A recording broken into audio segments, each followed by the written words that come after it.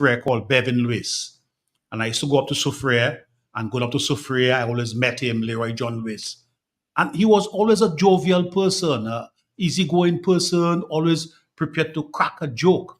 One of the most important thing I learned from Carlton Winston, who is the first Serenade man, who was one of his associates. What Carlton taught for a long time Yeah, as well. he was a very focused guy, and he always wanted to excel. We saw him excelling in cricket, but in everything that he did, he wanted to excel and leave his signature on whatever he did for future generations. Very, very good guy.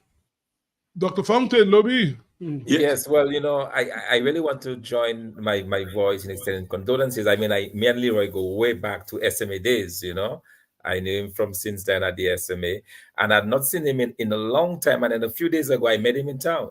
I met him in town after not seeing him for a very long time, and we had a really nice chat. So when Sibo told me that he passed, I was in disbelief because I'm thinking of him as I saw him, healthy, looking good, same upbeat self and so on. So I was very much shocked, and then it dawned on me how quickly life, goes past us, and how we need to always be mindful of that, because I mean, gone today, gone tomorrow is certainly something that we should not take for granted. And I was really shocked at his passing. I remember when he broke onto the scene, in fact, in cricket. I remember he had taken, I think it was 9 wickets in a game when he in a game fighting for Dominica. I can't remember if it was for Dominica, but I remember when he broke onto the scene as a young man, as a young schoolboy, bowling those off spins and so on, and all his school was rooting for him at that time, So it's really sad. I'm not sure what led to his demise, but whatever it is, I'm just really sorry, and just pray that his family will find grace and strength during this very difficult time. Yes, Sibo.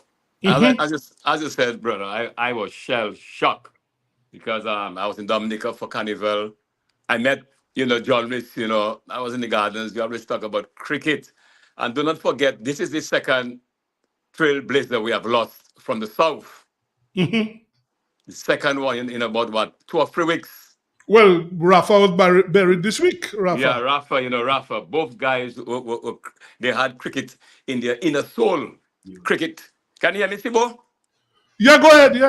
Yeah, they had cricket in their inner soul, And it is sad, very, very, very, very sad, this individual. To me, when we had the trio of Kentish, Juven, and John Lewis, to me, he was my spinner. I love to see him play, He never afraid to flight the ball. Never afraid to flight the ball. Never afraid. And I do not know if ever, Sebastian, you can concur with that. We will have such a dominance in Windward cricket again, with our spin attacks. And I do not know when we will have that. But I would like to also extend condolences to his family and the people of Soufriere. Leroy, and being the officer in the South, not about Dominica, but this individual did a lot of cricket, a lot of good for youngsters in Soufriere. In Soufriere, and even at Goodwill School. He was a sports teacher, and he took cricket seriously, and he had a serious concern about when the demise of Dominica cricket. As they're telling me, look, the days when Dominica dominated Windward Island cricket, what has happened to us? Sebastian, I don't know if you could recall whether it was, did he play for Combine? No. He played 1 or 2 matches for Windward Islands. Yeah, I could recall a very sad note when he was sent back home. It was very sad, he had taken 3 or 4 wickets in that game, and he wasn't on the level, sent back to Dominica. We were all saddened by that, the way how he was treated. I don't know if you could remember that, But John Lewis was a very, very good, off spinner. I love to see him bowl. I mean, he's not a person that was afraid. He was the guy who's gonna push ball. He would always, entice you, and flight that ball. Lovely action. And it's rather sad, Sebastian, that as Doc said, we all have to go. We have to do the very best that we can. Stay in touch with other and remain humble. Remain humble. That's also the hallmark of every living individual. Well, we're hoping that listeners can call people who knew Leroy and can call and express condolences to his family because, like I said, this is a really sad occasion for all of us. I mean, people who knew him, he's a young man. In fact, he's just retired from work, guys. Right. Just retired from Last work. year. Last Yeah, year. last September he retired. Right. So he's just enjoying his retirement. He And totally that's what got has it. happened. I mean, we all have to go. We know the creator is in charge. But you know, one thing that happened, that's a bit cruel, really, to the guy. I mean, I know, I found out certain things today and I felt about what happened. And yeah, and it really hit me. In fact, last night, guys, I was so shocked. I didn't even see when South Africa won the game because I totally, I'm telling you, I really totally. I know, Yeah, you know. that's the last thing I expect to hear. Yeah. Sebastian, was it part of that cricket team which Geoff In was fact, part of? sent heavy shilling for it. In fact, I called Geoff last night. I'm hoping Geoff can call and say something. Geoff himself was stunned last night because it was summits in the days. Summit. In the days, yeah. So I mean, really, it is shocking. Honestly, I mean, Summit itself was a group of youngsters. People Very, like you know, in those Joey Pierre and those guys, Mervyn Thomas. right in those days, we dominated the youth tournament in the Windward cricket. Not like today, which I am saying. But we had a core of good young cricketers, Doc, you know, and Lander. You know, we were forced to reckon with at both the youth and the senior in those days. I don't know what has happened to us presently. Well, we have a caller. Let's take the first caller. Good evening. Good evening, Sibo. Yes, good evening, man. Lander. Good night. My partner, I'm Lou Black. And good night, brother. Good night. What's going on? I'm fine with us, you know. Yeah, we just sad. It was so much of so spoken. You remember that before the COVID, Sibo, every afternoon when I leave school, he used to be at the After school there. And he used to stop at the garden parliament with us.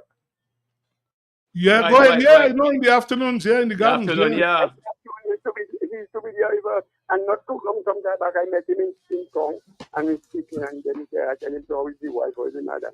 And then he tell me he retired, and we speak a little well stuff. Very nice guy, humble, talking to everybody, nice and stuff, and you say that person is going to fully respect to you, you know. Very nice guy, man.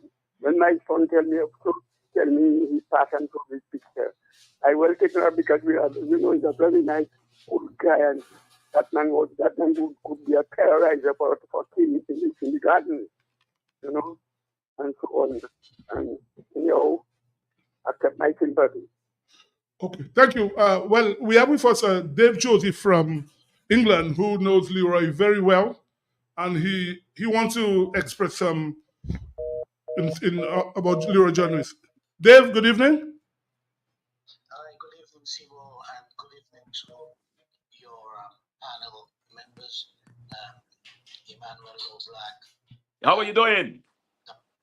Dr. Thompson Fontaine and Mr. What's the other gentleman? Ronald Lander. Ronald Lander. It's a pleasure to have me here, Sibo. Thank you very much. You know, Sibo,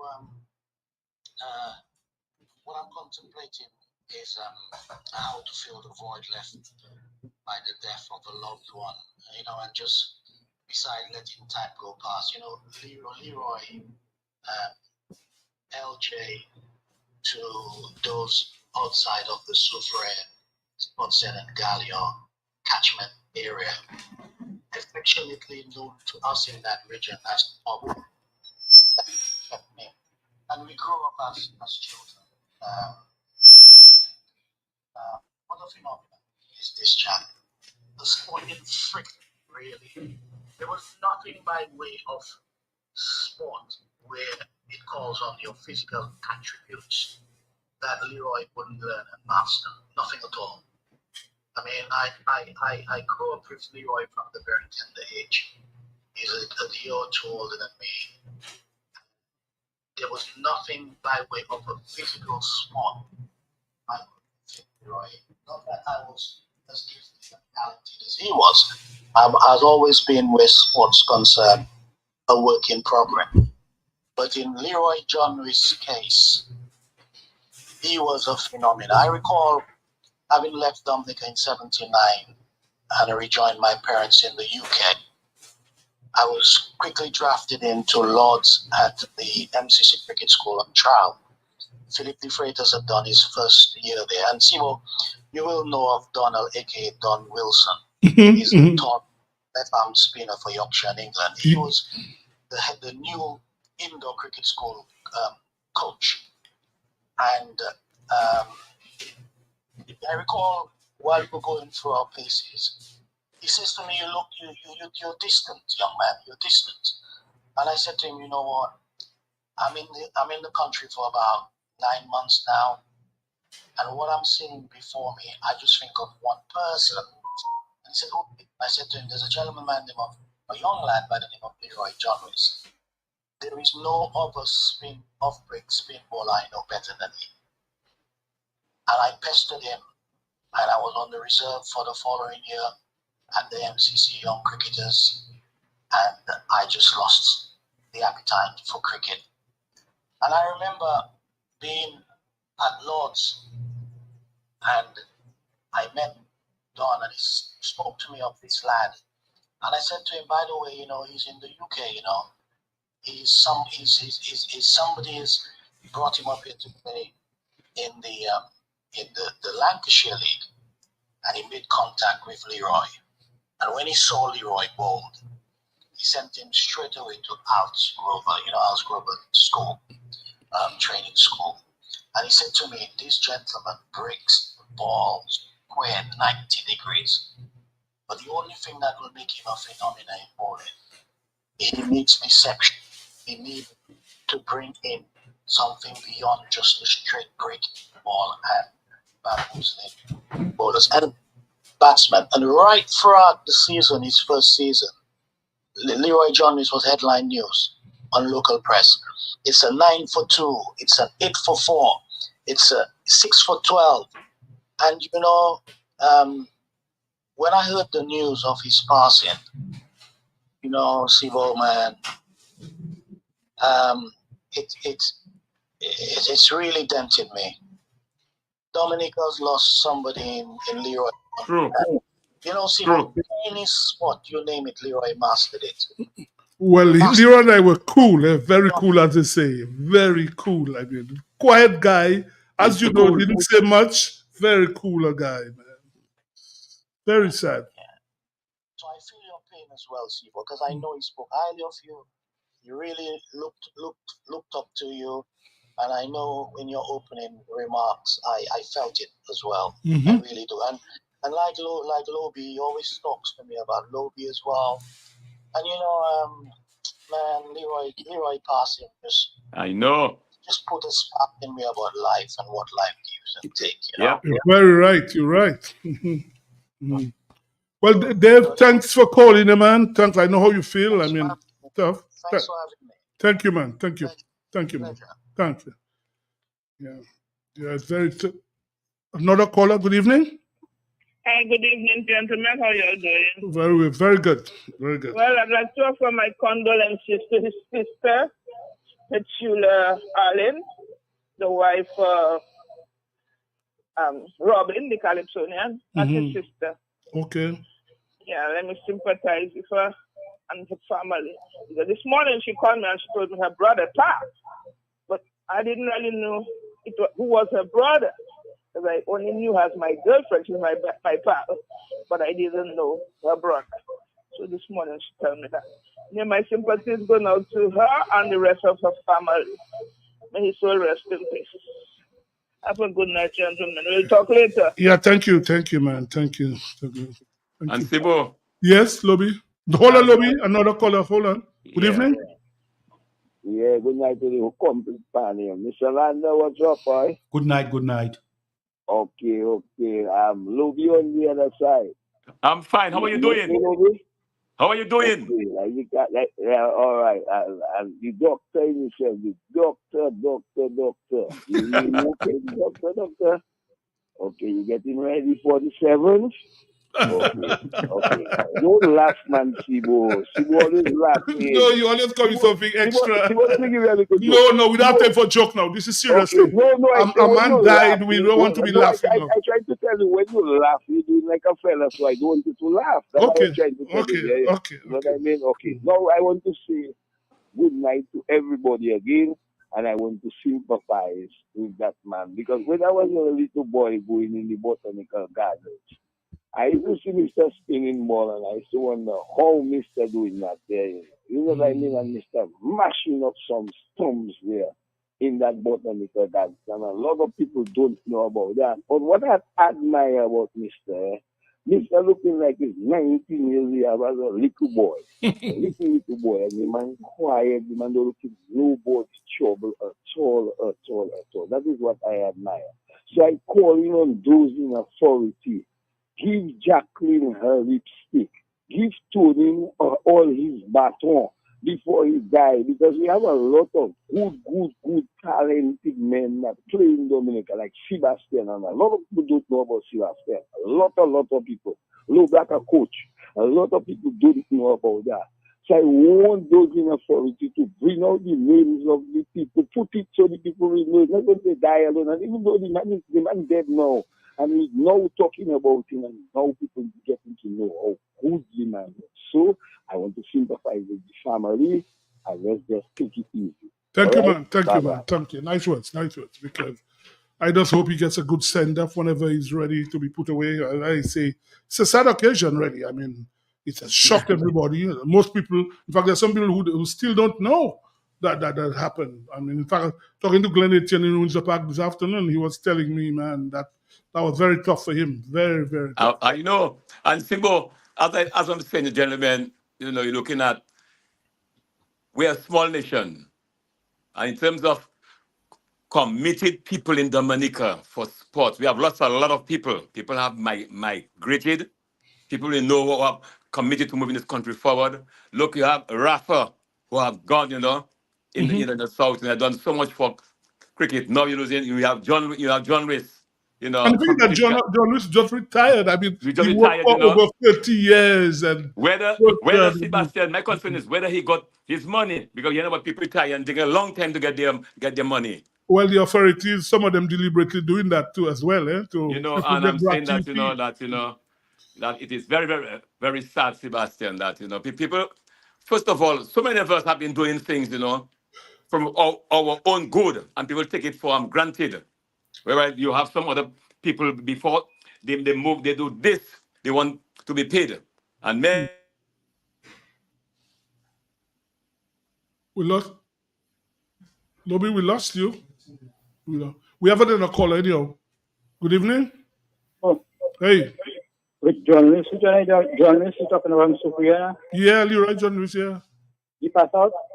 Well, not the way you said, he died yesterday, yeah. He died yesterday. Okay, my partner, man. Yeah. Wow. Well, that's the same thing I said. A lot of people don't know that happened. Okay. A lot of people don't know. I said like a change in his face, That's my friend. Yeah. But anyway, family, accept my sympathy, man. Yeah. Condolences to his family, yeah, all his family. Yeah. Very good journey. What? Anyway, yeah, it's a sad occasion. Yeah, it's a bit of a shock. Most people know will be shocked because, like I say, as you know, Dr. Franklin, he didn't have this big physique, always a slim guy, and that kind of thing. The guy. So you wonder if somebody like that was really sick, Leroy. One thing about him is that because of his sports orientation, he was always dressed in sports outfit, in warm pants, in a t-shirt. And Coladis, they always smiling, always want to crack a joke with me. And one of the most important things that was said by the caller from England is that we knew he excelled. And Carlton Winston also said that. We knew he excelled in cricket. But this guy seemed to have been multi-talented. He didn't have a chance to exhibit all his other talent, but what he exhibited in cricket And Sibo, as his captain in cricket for Dominica team, could tell you that he was an excellent cricketer. Yeah, and not only that, as I say, he never let you down. You call him on to bowl, he was always ready. And I remember that time in St. Vincent where we were really under the gun and Javan wasn't bowling well. And I said, boy, I have to find something. Calling Leroy, and Leroy responded in a big way. I And remember helped us that. in game. Yeah, man, in St. Vincent. So he always was a guy you could depend on. And it's really sad. I mean, I'm just saying to myself, I was away for a little while. I saw Leroy before I left. And then I'm wondering now he'll be in a coffin sometime soon. Man, this stuff. That's how we are. That's how life is, you know. A lot of Yeah. people don't realize that. They feel Yeah. that they're there for the long haul. Well, boy, it's one person that will be there all the time. One person alone. Nobody else. Only one person will be there all the time. The Most High.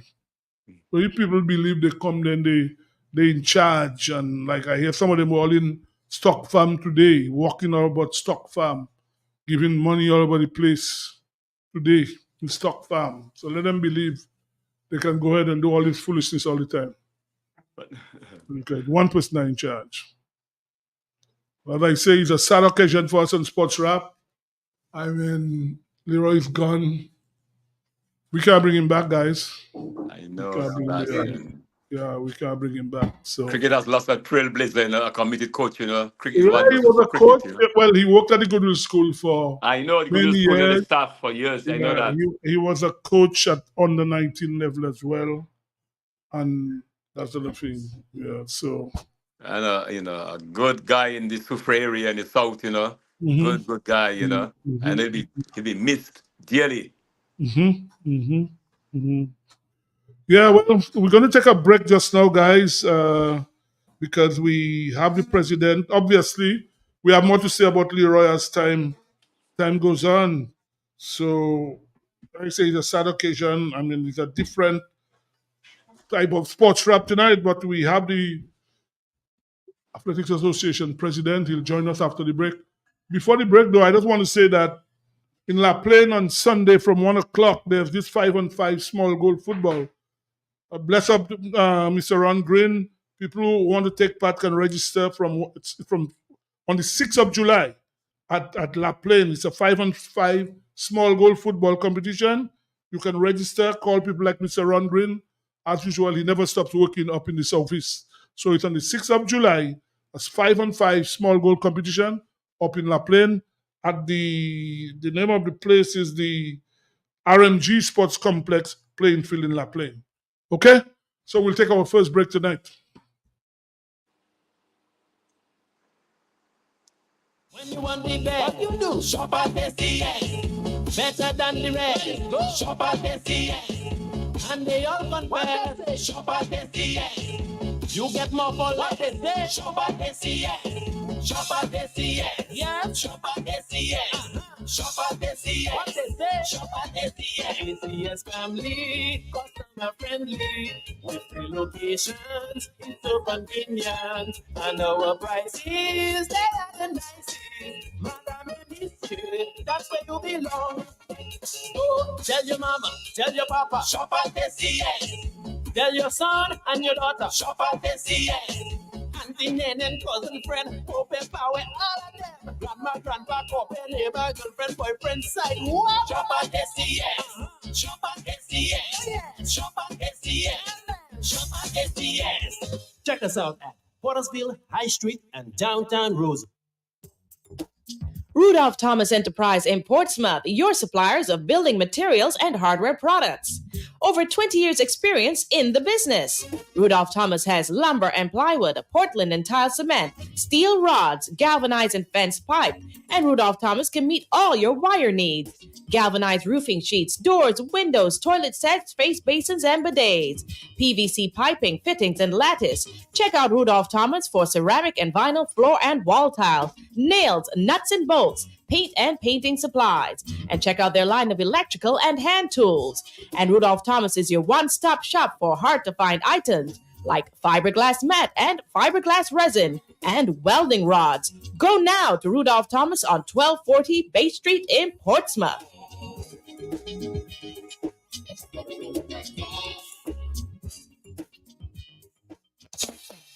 Dominican,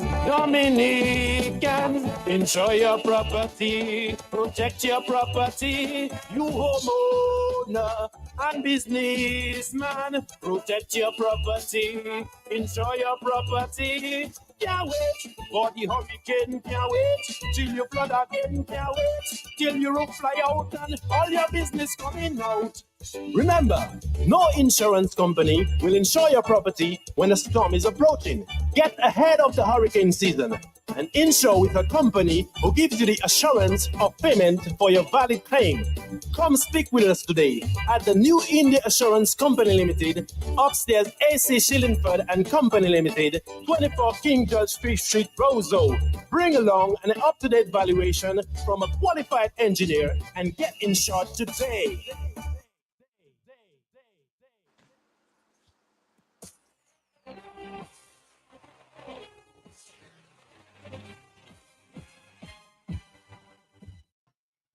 Yes, we're back, and we have with us the president of the local athletics association, Mr. Brendan Williams. Mr. Williams, we have, obviously, you see the panel, Lobby, Dr. Fountain, Ronald, Nambi. Mr. Williams, first question. Sunday is the final day for all athletes around the world to get deadline for qualification. How many Dominican athletes have qualified for the Paris Olympics, which starts in a month's time?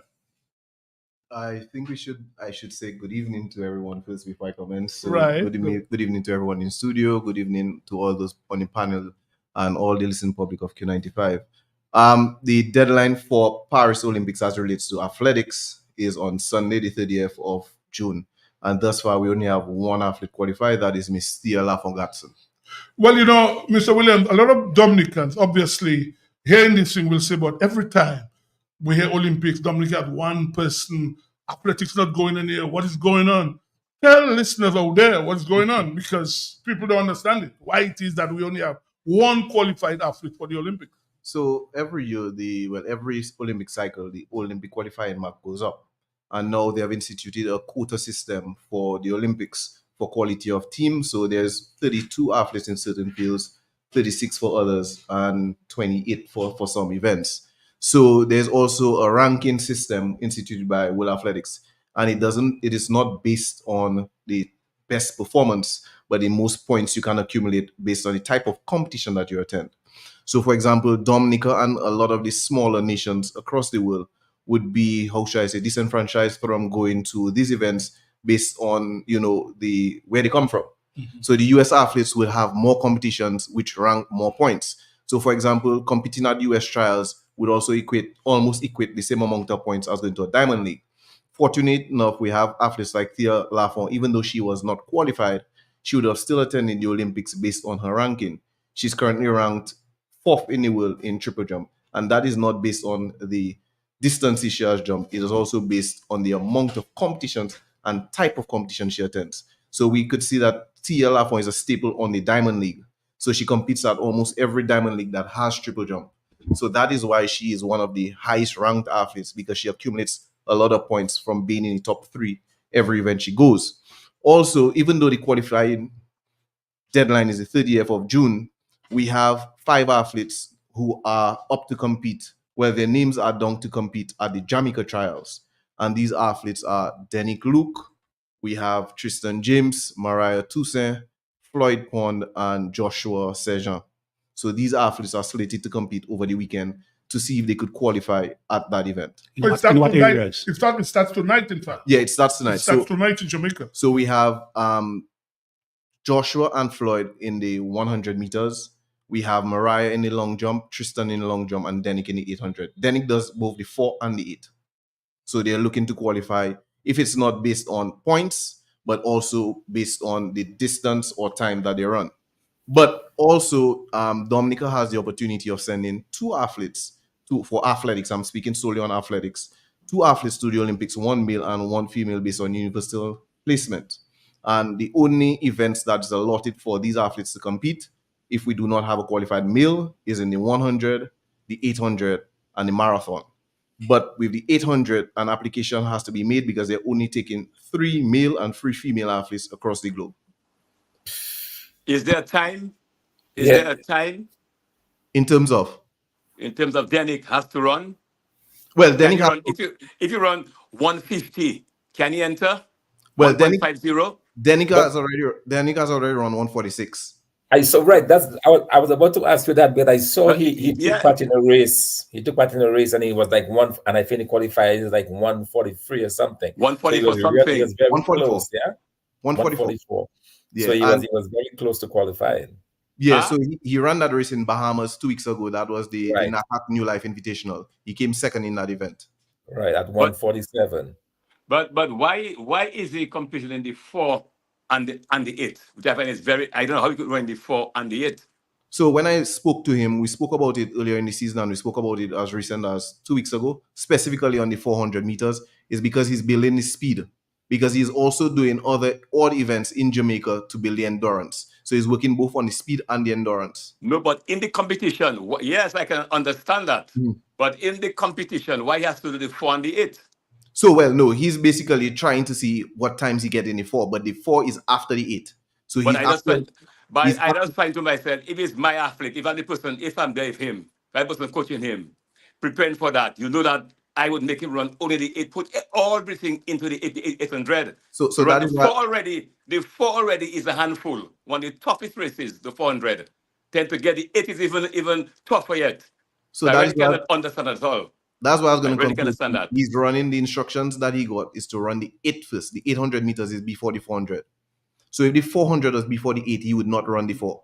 By the Well, in Jamaica, though, I think they're running because Jamaica hasn't qualified Yeah, for the 4x400 meters yet, and they're It is trying to still get trying. qualification in the race on Sunday. So I think they're Yeah. running the 400 tonight. I think they're starting the 4x4. preliminary So in Jamaica. Yeah. So if that's the case, he's not running the 4. He's only doing the 8. But now, surprisingly, in that same event in Bahamas, he ran the 4x4 because he ran a mixed 4x4 to aid Jamaica to qualify. So actually to be a push. So he ran that after the relays, after his event of the 800 meters. Just now, you're saying that he ran a leg for Jamaican team He ran a mixed Caribbean team. or mixed Caribbean teams. Yeah. Or mixed. Well, that's not. That's Yeah, because Jamaica hasn't qualified yet for the 4x4. but that- In yeah, fact, there was this 4x4. big deal where Stephen Francis made a comment. This coach in Jamaica and was blasting the Olympic Committee for not assisting the JFREAs. But Mr. Williams, coming back to you, you said that most times is a lot of people have to go to different meets. People out there listening to you might say, but why didn't you all make an effort to get your athletes to go to more meets? Well, our athletes have been, because it's not publicized in terms of, always on the airways, but our athletes have competed a lot this year. So I must say thanks to Mr. Billy Doctor and the Olympic Committee for the support they have given, and also for the IOC, the Olympic Solidarity. So a lot of athletes competed in the US, they competed in Europe, and they competed in Caribbean. So that is why all of them are going to various competitions. That's why they're going to Jamaica. That's why they're in Bahamas 2 weeks ago. That is why some of them were in Europe. They have been competing consistently. But based on the meets they go to, they do not get the points as those of the diamond leagues of the silver or the bronze events. Tristan James was recently in Matnik. We had athletes going on to Guyana, so they go all about to qualify. Well, you all must do a better job on your PR because Yes. people don't know about these things. But So- I want to just come in there. I want to come in there, Go gentlemen. ahead. That is my concern because he himself, Brendan, before he became president, he knows what I have been my concern with athletes overseas. We need information. What I'm hearing, that is my concern. I've been saying for the longest, and he's there, and he's aware of that. We have to inform the public what the athletes are doing. You have to. Like now you're hearing what Sebastian talking about the app. Now you're hearing about you have A, B, C, D, and E competing here and there. You have to inform the nation. It's very, very important. Now at the level that's why importantly we invited him to the program tonight. So No, he but- can use us as a medium, or the media. No, but he that can is use late, us as a brother. medium That is very late. to I have spread been involved for information years. better late than never. But No, but look. Landa, I don't agree with you at all because that's always my concern. And that's the problem they have had with me. I've been saying so too many times that athletes solely about this person competing here. You have to inform the nation. You got to inform us about that. You have a responsibility. But I'm happy the terminology that you use, Mr. LeBlanc. You say that athletes do not inform the nation. No, But I said you all have to inform as athletes. You all have to inform the nation. But Mr. LeBlanc, I'm not an athlete. So that's what I'm saying. Let me I just said you let me all. just I said you all. Let him make his point. Let me just conclude, Mr. LeBlanc, or just finish my point. What I'm saying is that there are athletes who go out to competitions and you only get to know after the fact. For example, Thea Lafont, I have demanded that she gives us at least a schedule of her events. Danny Klook gives us a breakdown of what events he competes in. Tristan James, and we do publicize it on our social media platforms. But we have realized of late that it does not have the reach that it is intended to have. So that is why we're trying to broaden how we market our sport. You know, which outlets that we utilize, who we pass on the information to, because there are persons that you pass on the information to distribute to other outlets, and they do not. So it boils back down when the Athletics Association are doing its part. So when are we going to have a groundbreaking for our track now in Dominica? So LeBlanc, you answer that question. Hold on, Lobby. I want him to answer that. We have a caller. Good evening. Good evening, fellas. How you all doing? We're okay. We're good.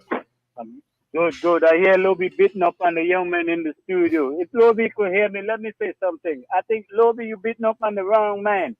You need, like, outlets, like a journalist. You need sports reporter. You need the print, newspapers online. And then the people go and read these things. Like, no, he's on the radio. But if he's involved doing other things, he cannot come to the radio all the time and report that. It should be on the news. It should be on news outlets. They have a PRO. I heard it. Yeah, but listen, I heard the argument on Match Show earlier, a couple days ago, where when the guys got stopped in Barbados on the way to Guatemala, they had an issue. And, you know, there was another guy who worked for DBS who was supposed to be with them. But I thought he was working in the capacity as a reporter. But he was working with them in a different capacity. So what I'm saying is we need certain areas of public address, not just this guy coming to the studio, but you need the newspaper, you need online news, places where people could go. We need sports reporters. We don't really have real sports reporters. So we're lagging in certain things, and I think it's too much pressure you're putting on one man over that. So I know what I'm talking about, brother. I have been there over the years before I left Dominica for years. So I know what I'm talking about. I'm not putting pressure on him. I know what you're talking about, but I don't think you understand. Okay, caller, let's make your point. Let's make your point and let's make your point quickly. Go on. We don't have sports reporters. We hardly have a sports section in a newspaper or on an online forum. This is what I'm saying, where people know where they could go and find out what's going on with the athlete. I could read the newspaper right now, read the Gleaner. I could read the Observer. I could read different papers around the Caribbean, the Trinidad papers, Barbados, and I could go to the sports online. I could read all these things. We don't have that there. You know, you have Dominica Online, and when something happens that's worthy of report, they would report that. But it's not an ongoing thing where you could take and go to the sports section of a paper or online forum where you could see this thing. This is what I'm saying. Okay, caller, thank you very much. Thank you. Yeah, Brendan, earlier on you made a comment that a lot of the athletes, sometimes you got information after the fact. And a lot of these athletes funded locally. I know, for instance, in Thea Lafont, didn't you get funding locally? So the point I want to make and ask you, if they're getting funding locally, aren't you all supposed to meet with them, find out from them when they're going to take part in meets? It shouldn't be that they go and you all don't even know if you're funding them. So that's what I'm saying. Some of them are funded by the Dominica Olympic Committee. And so that we have their whereabouts. We know their whereabouts, where they travel to. Some of them are not funded. They attend universities. So they take on their own and go and compete anywhere they want. And then we get the results. For example, some athletes were, the Athletics Association was blindsided by lack of their performances that they sent to us. So we are not able to enter them in competitions without the knowledge. So sometimes we have to reach out to them. We find ourselves reaching out to the athletes, and the first thing you get, oh, sir, I forget. Oh, sir, I went to that competition and I forgot to send the results. So that is the situation that we have. So now we're trying to tell them that, hey, if you do not send the results, if you do not tell us your whereabouts, you may not be entered in competitions. You may not be in the system. What is the impediment? Hold on, Lobby. Impediment locally, because the names you're calling, all these people are overseas. But the local Dominican guy will say, but what's happening to athletics in Dominica? We're not hearing or seeing people really coming through. How do you respond to that? So the difficulty that I have, especially for our local athletes who travel to competitions overseas, is that the performances that they put out, based on your ranking system in World Athletics, based on your rank, you'll be able to enter in another competition. So if you have a low ranking, you will not be able to enter. Irregardless of your performances, it's all based on ranking. So that is the difficulty that we have, because we had the opportunity for the NACAC New Life Invitational in Bahamas, and it was our intention to send more than one athlete. More than the 4 that we sent. We sent Trennis, Tristan, Denick, and Mariah. When we submitted the names of the other athletes we wanted to submit, they said the athletes were not ranked within the NACAC region, so they were not allowing them to enter. What they want, quality events, so that they could sell to their sponsors. That's the difficulty we have. And even if we challenge them, these are what the meet organizers require. So what we're trying to... Yes, Mr. LeBlanc. Yes, but Brendan, just what you're saying in terms of quality, that is always my concern. That's one of the coach, quality. You have to go there. Quality. The thing is quality. If you haven't got it, you can't compete. And the issue at home for the athletes to excel, to improve, for example, you can't send a person to run 10-8. That's not a man can run 10-8. You're looking, that is woman time. All right, you're looking 10 to 10-3. All right, 10 to 10-3. But what is happening home? We haven't got a track. To excel, we haven't got a track. And when there's going to be a groundbreaking. So before I jump back on the track, which I will, and I know the questions come, so I'll jump back on it. You see, we celebrate mediocre performances. You understand? And every time we do that, we give the athletes false hope. They win locally, we celebrate them, not telling them that it will not be sufficient regionally. So sometimes when an event comes up and you do not put in an athlete's name based on the meet organizers' requirements, they blame the president, or the president don't like you. The association does not like you because you come from X, because you come from Y, they do not like you. Not understanding it is because of the requirements of these competitions based on, like I said, Mr. LeBlanc said it, quality. I could recall when Mr. LeBlanc was coaching me, when I started off, Mr. LeBlanc used to tell me, hey, if you're not jumping a certain height, I'm not even going to put your name forward to go anywhere. Not ready. You understand? Tough love. At the end of the day, I jumped 225, 230. You have to. Exactly. But as it relates to the track, I got an email on the 20th of June from World Athletics stating that we were longlisted and they're going to announce the short list for those who's going to be awarded the track end of June to between end of June to... So Sebastian, I can read it for you too. Yeah, go ahead, read it. Go on, read it. All right, the application have been longlisted for Project 10. We aim to contact your shortlisted candidates between end of June and early July and invite you for a panel meeting. We'll get in touch via email with shortlisted candidates to inform them about their next steps. June 20th. So what will they be doing? They'll be funding the entire track? They'll be funding. The only thing that we'll have to do is to the land, the civil works, and they'll be funding the entire. So where is the site earmarked for that track? Currently, the site is Point Round. Now, let me ask you one. If you look around the world, most tracks are centered around populated areas. Yes. If you go in St. Kitts, you know where it is, right? You go in Barbados, all around the Caribbean. Don't you think having a track in Point Round will not really help the athlete? Because you have to be really committed to go to Point Round to train. That's the point I want to make to you. So one of the intentions of also putting on a hostel, so athletes could be able to overnight there as well. Okay. But then when you look at land space in Dominica, that's the that is the biggest issue. Where else could we put a track? And not only a track, we also want to have other facilities around that track. Even though it's an athletics association, that is our pillar project. But you also have to think of, okay, let's have other sporting facilities around. But when that is the biggest issue in terms of land space, where else can we put a track? Anybody, there are certain persons who will be, how should I say, deprived of just ease of access. So that is why we're considering having a hostel so that athletes would be able to actually overnight. And stay, okay. And also the long-term vision is to have almost like a high-performance training center where we'll collaborate with the schools in Portsmouth, where athletes will be able to attend schools there, have coaching there, and also be able to compete and train at the facility. So that's the long-term vision.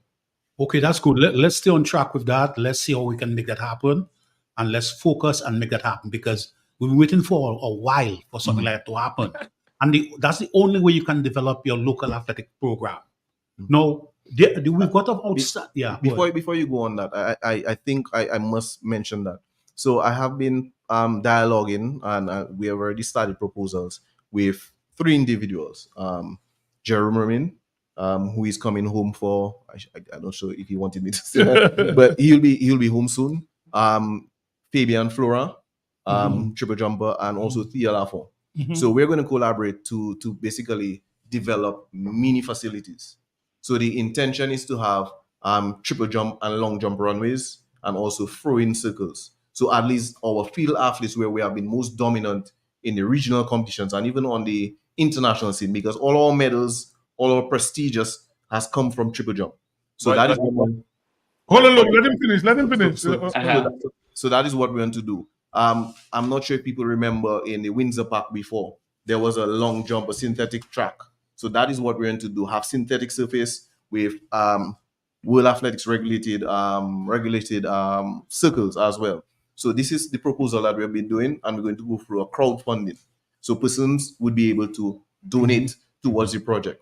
And we're going to be targeting 5 locations from across Dominica. So everyone would be able to access those facilities. So, Lobby, you heard about the crowdfunding. I hope that you can contribute to that activity. Just now, brother, Mr. Lander. 1 minute, Lobby, 1 minute. Yes, Mr. Lander. Just 1 minute, Lobby. Just 1 minute. I've done a lot already, Mr. Lander. Just 1 minute. We've got a very outstanding athlete, Thea Lafont, who has qualified for the Olympics. What are we doing locally to promote her and to show that Dominica is giving her optimal support? So what we plan on doing after the team for the Olympics is announced, we plan on putting up billboards for these athletes, and also see how we could have send-off initiatives for them. It's more of a marketing. It's a marketing program being set up by the Dominica Olympic Committee to celebrate the athletes before and not just after, when they achieve something. We want to do it, show them the support all the way through. So that is something we're going to do after the team is announced. And also we'll be requiring the support of the public as well. When will the team be announced, by the way?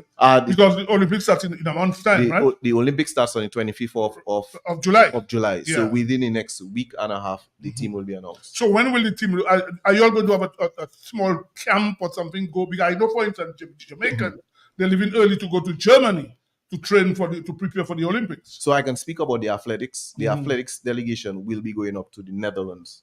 The same thing with Fabian Flora, partnering with them, and they'll be going up there, and they'll be staying a few weeks before the Olympics, before they head over to Paris. Let me ask you, will the athlete have their own coaches, or you all will be allotting coaches to the athletes? Well, the thing is, like I said, we have to wait until the team is announced, because I am only speaking on behalf of the Athletics Association. Okay. But as relates to the Olympic team, that is something for the Olympic Committee to discuss. I'm not privileged. But only athletics will be represented by the Olympics. Athletics is in. We don't have anything else for the Olympics. Yeah?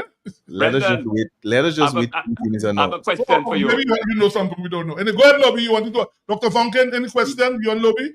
I have a question, Sebastian. My first question is this.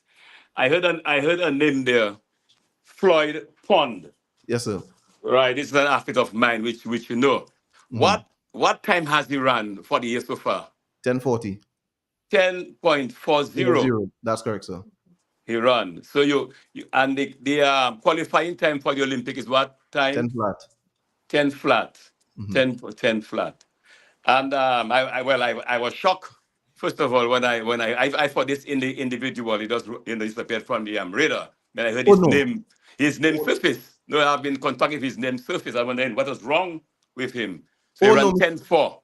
Mr. Floyd, Uh-huh. he ran faster, but the times were win aided. So he ran 10-3, but the time was win aided, and also he helped his team go to the NCAA finals this year and last year as well.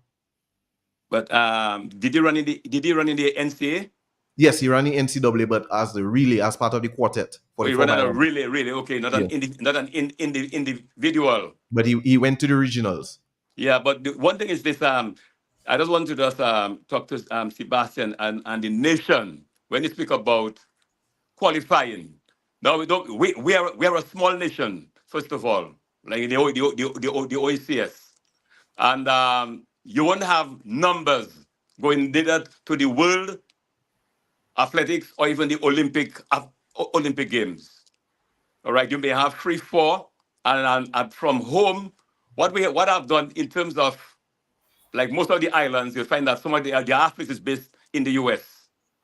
All right, that's where you get top competition, Sebastian, and that's you try to encourage the athletes to get there. All right, and Brendan spoke about runways. It's not that over the years we have gotten most of our medals in the field events. It's because we haven't got a track. And that's the problem. And that is the nightmare we have had over the years, in my years in this country. All right, it's easy for shot put, discus, and so on, javelin. But you need a track. And he knows, first of all, you can be disqualified running on the lane. You can be disqualified. You need the track. It's very, very important. And no matter where it is built, but it is very, I am hoping before I pass on this earth, there'll be a track in Dominica. Careful. Well, Mr. LeBlanc, I think my opinion may not be a popular opinion to some, but if you have to do a SWOT analysis on the current situation of athletics in Dominica, our strengths are the field events.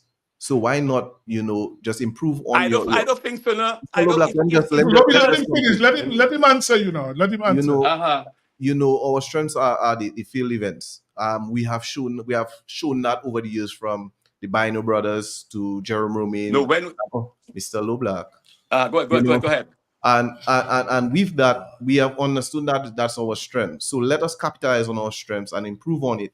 And then when the track comes, it will fall in place. Additionally, I do not like to use comparative analysis on different countries as it relates to the size of delegations to the Olympics, size of delegation to World Championships, because it seems like it's an excuse for us sending two athletes. No, I don't think so. Consistently, I'm just saying that because you may not have that notion because you are a part of the sport for years.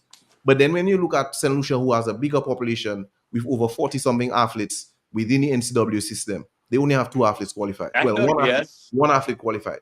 St. Vincent has more athletes. They only have one qualified. Grenada has more athletes. They have a track. They have the facility. They have two athletes qualified. So if we look at it from that point of view, Dominica is doing well. But I will not be satisfied knowing that we could do more. No, but let me figure out, because we have to. I know one more thing. Quickly. Why is Brendan? Yes, sir. If I don't know if you're not, Mr. Fountain was there at the OECS Games. If from that time we ever had a track without seeing the strength of this country, because we have talented both in sprints, in fields, and just name it. We have talented athletes in Dominica. But it's a natural talent, eh? It's a natural talent that we have in Dominica. We just have to find a way to harness that so I'm very happy to hear of the initiative. I think it's a good initiative to have those tracks, the synthetic tracks across the island, to open it up to more youngsters across Dominica. I think it's an excellent idea. And I'm glad to hear as well that you're working on the track, and I really hope it comes through. I'm telling you, we absolutely need that, because that what I want to say in closing, what I've seen so far of Mr. Brendan Williams, I'm impressed. He seems to be a very focused person, a background in athletics, focusing and trying to make things happen. What I would like to see Emmanuel LeBlanc and Thompson Fountain, that you will make direct contact with Mr. Brendan Williams and give him technical assistance. No, Brent, he has his staff, Mr. William has his Okay, guys. All right. Anyway, we have to say, Mr. Williams, for your final words, Yeah. please, because we haven't another appointment coming up. Yes. So I must say thank you, Mr. Lander, for that commendation. But also, I understand that, you know, the work that Mr. Thompson Fontaine, Mr. Loblag have done. And I don't like to go back in the past. I recognize it. But also, we have to start to groom what we have, the grassroots program, so that we can identify more talent. But you know how it lacks resources. You understand? Kids athletics don't need a track. But at the end of the day, if we groom them up to a level, when the track comes, then we'll be a force to be reckoned with in the region. So with that, the track will inspire them. I just want to say thank you for the opportunity to always speak about athletics. And well, we'll probably call you back before the Olympics start, before you leave, right? Yes. Because we want to know what's happening. Probably when the team is selected. Yes. You let us. If I'm on the team, the team has not been selected. How big is your delegation? How big is your delegation? Thank you so much for joining me. And I'm looking forward to those billboards very soon. Thank you. Thank you, man. Thank you. Thank you very much. Yeah. So it was nice having Mr. Williams. And we will soon find out who's going to represent. We'll take a small break now because we have two gentlemen waiting to discuss with us about the World Cup. So let's take a small break now.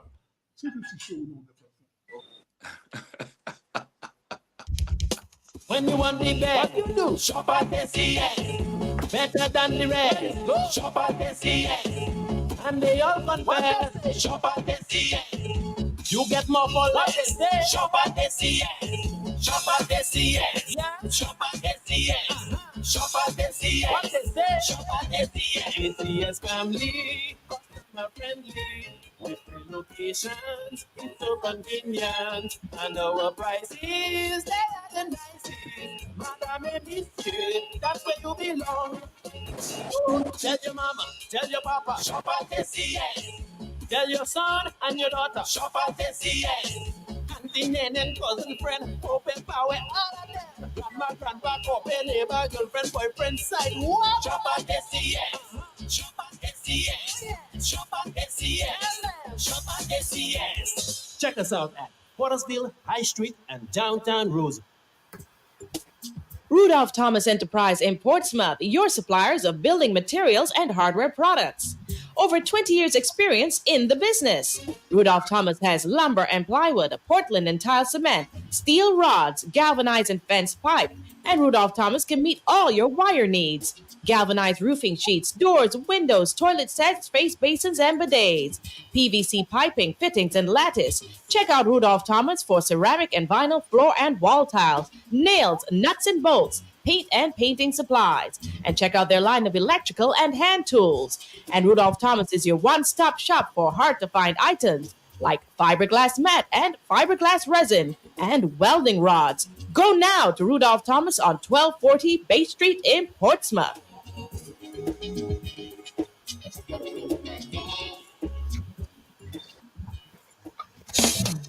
Dominicans,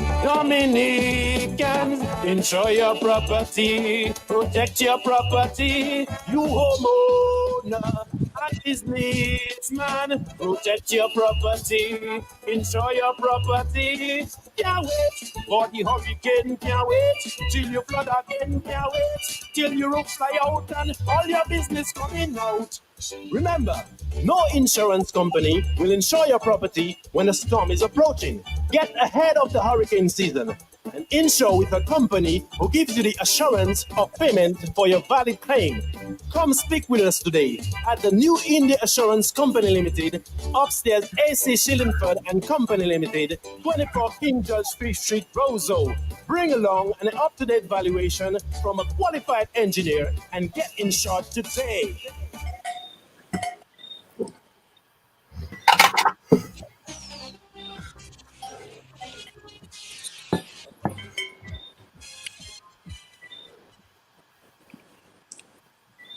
Okay, we are back and we're going to be discussing cricket. As you know, the World Cup has reached its final stage. We have the two finalists, two teams who are unbeaten, and it's quite fitting that the two teams will be playing the finals on Sunday have not been beaten, and the finals will be played in Barbados, and we are joined by two people from Barbados, one who's currently in England, Philo Wallace, the former West Indies batsman, and Roland Butcher, who was recently a West Indies selector, first black man to play for England. Good night, gentlemen. Good night, Sibo, and good night to the rest of the panel. Good Philo? night, brothers. Good night. Good night, Lockhart. Good night, Roland, and good night to your panel. Philo, what time is it in England now? What time? What's the time now? 6 minutes past midnight. Well, I know it's past your bedtime, but I'm happy you could join us. I'm sorry for keeping you up so late. Thank you for That's joining okay. us. It's fine. The first thing I want to say, Philo, as I want to express condolences. You all are two Barbadians. We heard the death of Sam Wilkinson, a noted commentator for over 40 years, Philo, Roland? Could be about that? Maybe even more. In fact, I remember when I played for the Common Islands, he used to have that program every morning about 7:25, a sports program when I played as a little teenager playing for the Common Islands. And they called it what, 7 Up Sam or something like that? 7 Up Sam, that's right, yes. Right. He was a household name in the early 70s and 80s in Barbados. Obviously, he had a unique voice, and he came through the ranks, and he came to the top of the class as one of the leading sports commentators, and not only cricket. He commentated on football and basketball. He also started the over 40s competition in Barbados as well, and he played cricket for Central, a club in St. Thomas in Barbados, and he was a good cricketer. Bowl a tired off break that will get you out, but he was a good cricketer. Condolences to Barry Wilkinson and his. Well, I spoke to Barry. As you know, Barry has Dominican roots, as you would know, eh? Yes. Yeah, he has Dominican roots now. Barry. Okay, gentlemen, my co-hosts, we have Ronald Lander, Dr. Fountain, and Lobby. So we'll appeal to grill you, and let's give the callers the numbers. Let's call the numbers for the callers, please. They want interactive, the two gentlemen. Let's give the numbers, please.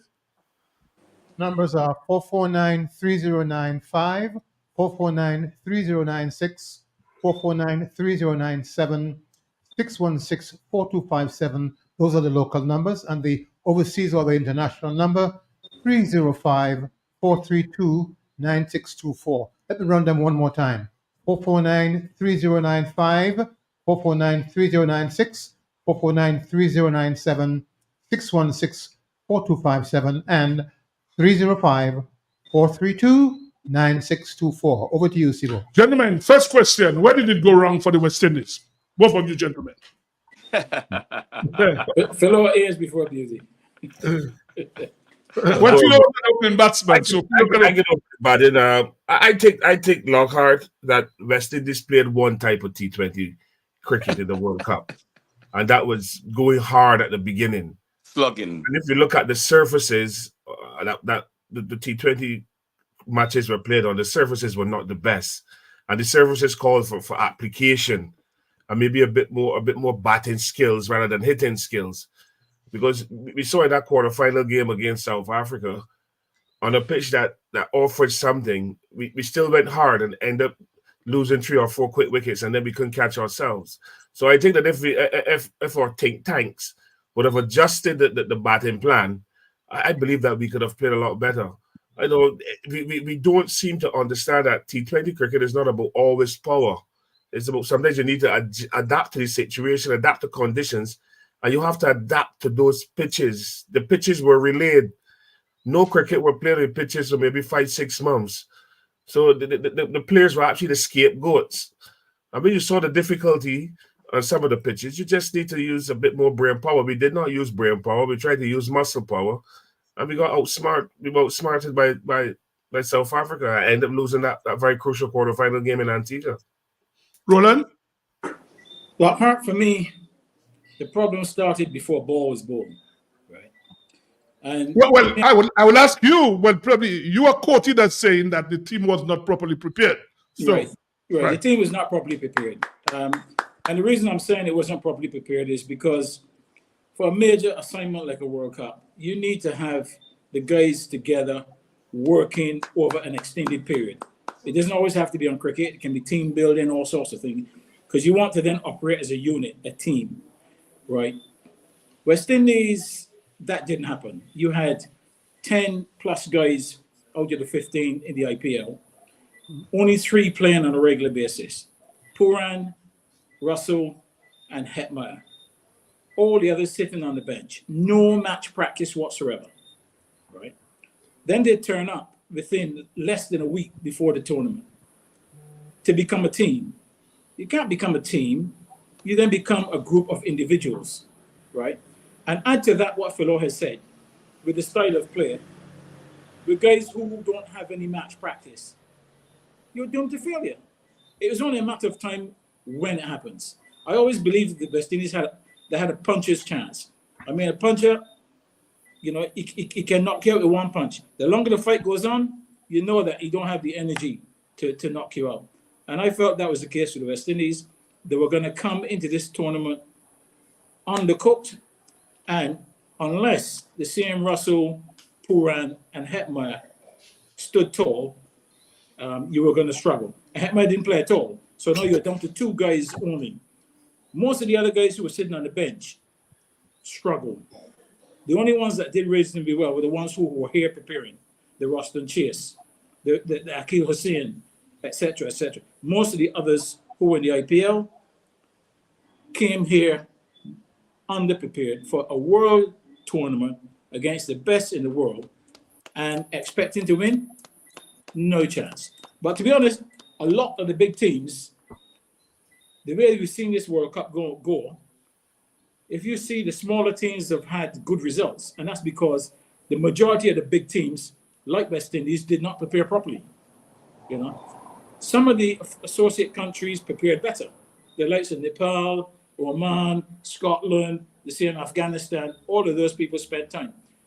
Pakistan is another one. Pakistan and England prepared in England for a tournament in the West Indies where the wickets are difficult to bat on. They've got a series in England. It rains. If they played 1.5 matches, they played a lot. And they arrived in the Caribbean 2 days before the tournament started. Mockery of the tournament. So, not surprised. But my thing, Lockhart, is that questions were asked to Cricket West Indies and the head coach in particular about those players in the IPL. And he said that they were okay, they're being looked after. And we have to trust the head coach. Well, that's all I can say, because all players sat on the bench, on the various benches in the franchises, and nothing happening. But when you ask about them, they said, we got the reply, they're okay, they're being looked after, being monitored and stuff like that. Alzarri Joseph, who is our vice captain, played one IPL game. I think he played 2, the first 2, and then he had an economy rate of 12 and he didn't play again. He played 2 and they played near 40, so he didn't play a lot of cricket. Rutherford played no cricket. Rutherford scored some runs and said he was working hard in the IPL. He was practicing and preparing himself. So Cricket West Indies have to understand the importance of world tournaments. If you cannot go to the table and bargain for your players to come home at a certain time to get them ready for the world tournaments, you're going to find yourselves doing well and then not getting to the end of the not going on to really bring home the trophies. And that's something that we have to look at in West Indies cricket. And everybody say it comes down to money. But if you look at Russell and those guys, Russell played for KKR, they won. So would he have come out of a KKR unit doing so well? All these are questions that need to be asked. But my thing is that if you're going to prepare a side, the fellas, they need to know up front your time frame to get back to do what you have to do as a unit. The West Indies cricket have that power within the IPL, within the BCCI. They can go to BCCI. This man named Jay Shah, or whoever he is, who's sitting in Guyana today like he's the king of the cricket. Can we go to him and say, listen, we want to release our players? Do we have the testosterone within Cricket West Indies to do it? Yeah. Because as it looks, you really look at cricket now, so Lockhart, the BCCI seems to be controlling this game called cricket. No, but they're in charge. They're in control. Everything falls on them. They played the IPL this year, and last year they played like every weekend 2 games. This year they know World Cup is coming. They played 2 games maybe on a Saturday and 1 game on a Sunday, and stretched the IPL as far as possible, as long as possible. 9 weeks.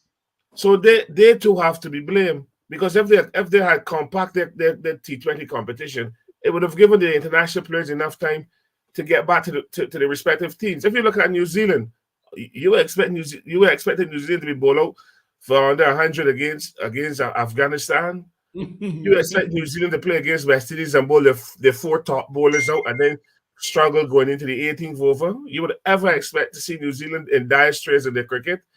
But now they're feeling the crunch. They're feeling the pinch that we used to feel when most of our senior players went to those various franchises and played cricket.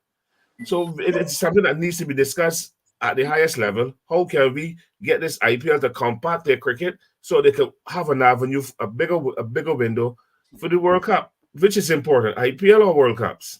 But you know, Phil or Roland, there doesn't seem to be a degree of fairness. Take, for instance, India. India hasn't played a game in the night. All their games have been at 10:40, all 7. Now, India knew in advance that they were going to play in Guyana in the semifinals. In fact, I said last week on this program, when West Indies had to play England in St. Lucia, Guyana would have been the ideal place to play because of the surface. How do they explain that Guyana, the fixture was set up, for instance, yesterday, if the match last night was rained out, today would have been the reserve day. The India game today, if it was rained out, India would go straight to the final. There was no reserve day for today. So you wonder what degree of fairness is in this whole thing. Yes, Lockhart, what they did in Guyana was that they allowed an extra 230 minutes. Right, about 4 hours, yeah. To finish the game instead of there was no reserve day. No reserve there. But just going back to what Philo was saying there, Philo, what you're saying there is something correct and needs to happen. But let's look at it. Josh Butler was a main player in the IPL. Yes. Josh Butler left and went home. Yes. Sam Curran was in the IPL team, not on the bench playing. He went home. Liam Livingston went home. Mark Wood went home. And these were guys in the team. So Mark Wood didn't go. He didn't play. Shamar Joseph replaced him. Right. So Philip Salt left. So there were players who were actually in the team that left. My issue is, even if we had Puran, Russell, because their team was getting to the finals, etc. Yeah. But with the other 6 men that are not playing, 7 men, right? I really don't know. They should be home. I don't know why they come home, Roland. I agree with you. I don't know why they didn't come home. Even with this, even with the semifinals and stuff like that. Okay, I know they have allotted 230 minutes, but the 230 minutes for the game in Guyana was on the same day. Exactly. No reserve day. If the outfield was wet, it would have been on the same wet outfield. If Trinidad had rain off, they would have played on the next day. Today, they would have played today. One would expect conditions to be different. So there's no balance. There's no reasonableness. I would like to know who sat at the ICC and formulated the fixtures for this World Cup. I want to know if Cricket West Indies has somebody who sat with them and discussed the fixtures. I want to know if they look at the weather forecast. What have they done? What has Cricket West Indies done in this World Cup that we can raise our hands and say, hip, hip, hooray? They've made us relay our surfaces with no cricket being played. And you know, Lockhart, that if you relay a surface, you have to dig it up. You have to put whatever stuff you have to put in it. Plant grass. Dry season is early in the year. And you're struggling if you don't get rain. Then you got to compact that surface. And even if you compact the surface, there's still going to be dead areas, hollow areas. You need to play on the surface to see or know where the hollow areas are. Remove those hollow areas, compact again and roll, and then you play cricket. But if you just tell guys, don't play any cricket at these venues, and when the tournament starts, then you're in trouble. Look at the USA with dropping pitches. I honestly thought the dropping pitches would have played better. But the dropping pitches has shown us that they too need time to settle. So this is just like to just rush cricket into America, get America on the map. 34,000 people watching New York. So everybody's saying 1 billion eyeballs. Honky dory. The same thing is going to happen on Saturday in Barbados. It's a 10:30 in the morning start on a Saturday morning. And Roller would tell that people like to go to the market and all kind of thing. Pudding and sauce. They like to go for the pudding and sauce, right? Yeah. I know there were some Indian fans and some South African fans, but you would still like to have the locals and they're really showing the actual color. But this game is playing 10:30 a Saturday morning, which suits market in India. to suit one particular team. Dr. Fontaine, I think you had a Yes. question for him. Yeah, I want to ask a question in line with the same discussion around the way India knew they were going to play and so on. I wanted to get Roland's and Philo's view on the seeding of teams before the tournament. What are the views on that? On the seeding of teams. There was a seeding process by which, what do you think about that?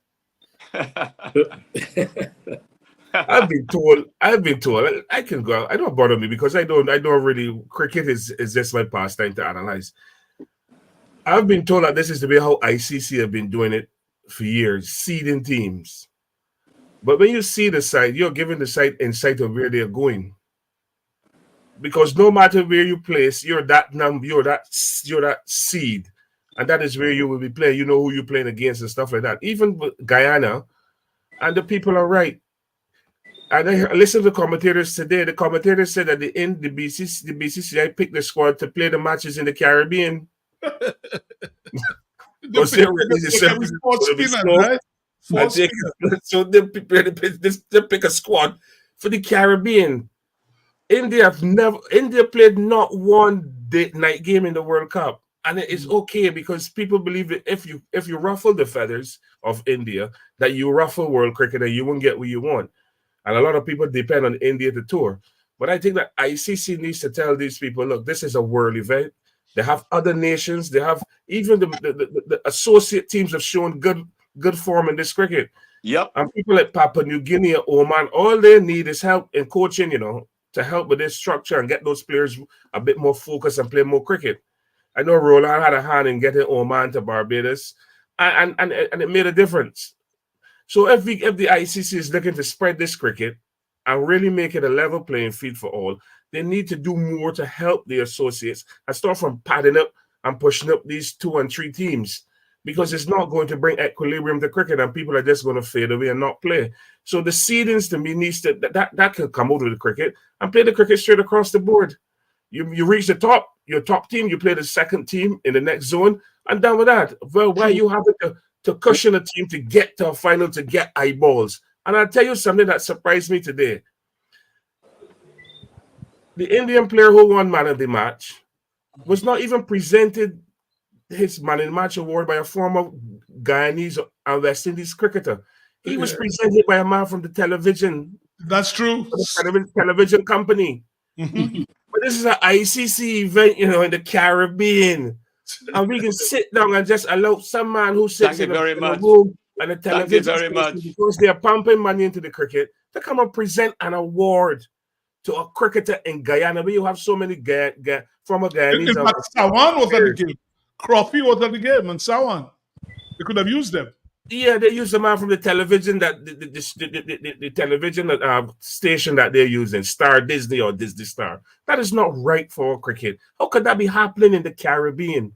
Where's Cricket West Indies voice in all of this?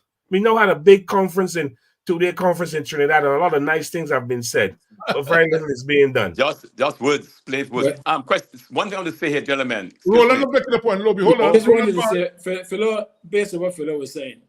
Mm-hmm. Philo, let's get one thing clear, right? BCCI runs the cricket. The IPL is bigger than the World Cup, and that has been shown this year.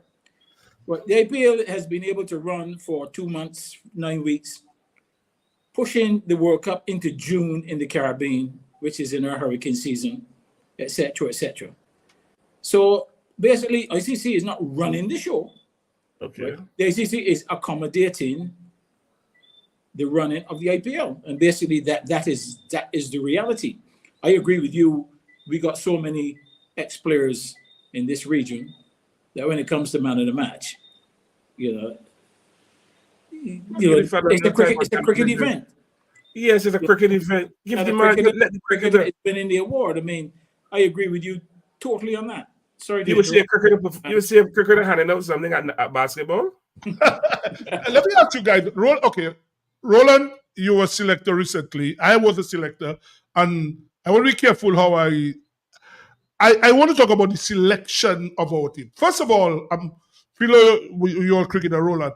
I always believe that the best keeper should be behind the stumps. I personally believe Shea Hope is the best skipper we have. So he should be behind the stump. It's confusing to me that 15 people were selected. Obed McCoy wasn't on the original 15. The coach, when Shama Joseph was selected, he made a point that can't wait to get his hands on him and so on. West Indies played 7 games. Shama Joseph did not play 1 game. So some of the selections to me, very confusing. Your take on that, guys? Well, let's say I was very surprised that Shamar Joseph didn't play. Knowing the unpredictability of the pitches in the Caribbean. And talking about the pitches, one thing I would say to the group, to the panel today, this World Cup was run completely different to any of the other World Cups in the Caribbean. All of these pitches that have been relayed, drop-ins, etc., there has been no pitch testing on none of them. So no practice sessions, no practice games, nothing. So when the pitches have come up in the games, what you've got is what you've got.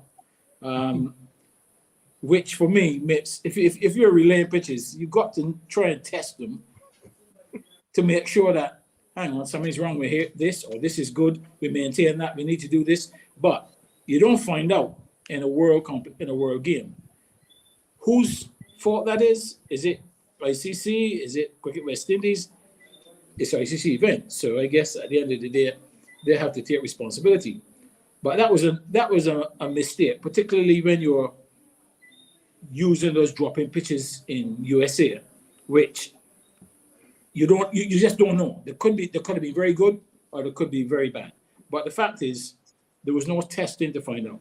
Now, getting back to what you're saying, I was very surprised that Shamar Joseph did not play, knowing these pitches that we have in the Caribbean, where, anyone with extra pace, even in a white ball game, has a serious say what goes on. England would play Joe for Archer. I mean, Mark Wood played a number of games, but Joseph did not play 1 single game.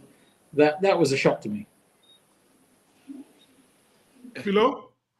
Yeah, I thought that they're undervalued. I think that West Indies selectors undervalue fast bowling in the region, and maybe even outside of the region.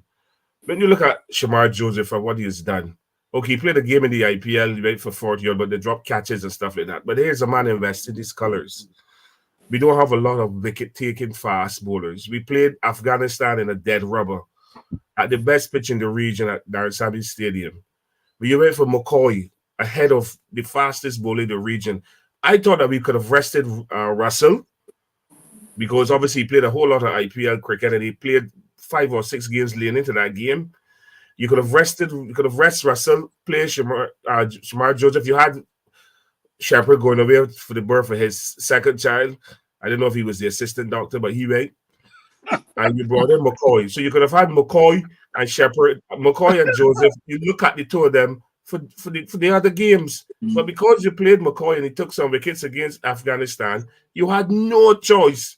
Because Shepherd played against England and got some lashes when he came back from Ghana. You had no choice now but to play McCoy, because you can play McCoy off of what he has done against Afghanistan. So you never got an opportunity to see Joseph.